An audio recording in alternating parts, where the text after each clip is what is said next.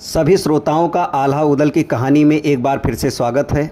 मांडवगढ़ की लड़ाई में ये दूसरा वीडियो है। बढ़ते हैं कहानी की तरफ।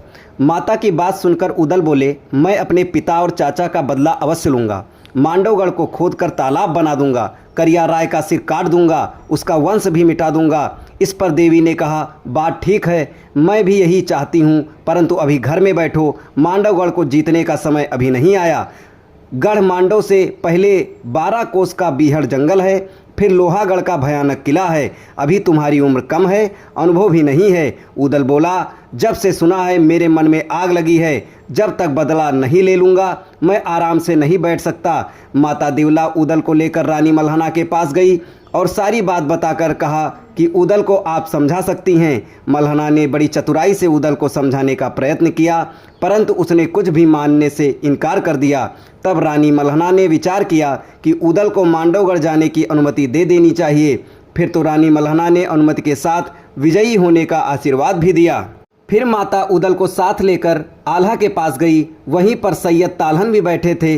देवला बोली, आप हमारे जेठ लगते हैं, आपका भतीजा उदल हमारी बात नहीं मान रहा, ये मांडवगढ़ जाने को मचल रहा है, आप इसकी रक्षा के लिए साथ जाओ। आल्हा ने भी समझाने का प्रयास किया कि अभी अनुभव की कमी है, ऐसा नहीं कि पिताओं की तरह हमारी खोपड़ी भी बरगद पर टांग दी जाए।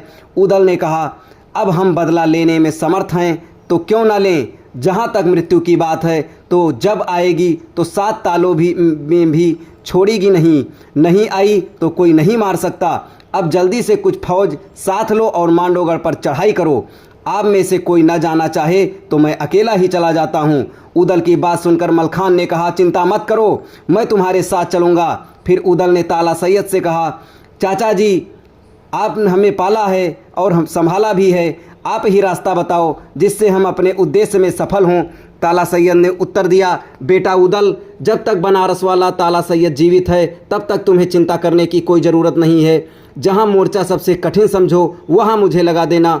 अब तो सब उत्साहित हो गए। मलखान ने ढेवा देवपाल से कहा, मांडवगढ़ जाने के लिए शुभ घड़ी मुहूर्त का पता करो। देवा ने पंचांग उठाया और ठीक समय बता दिया।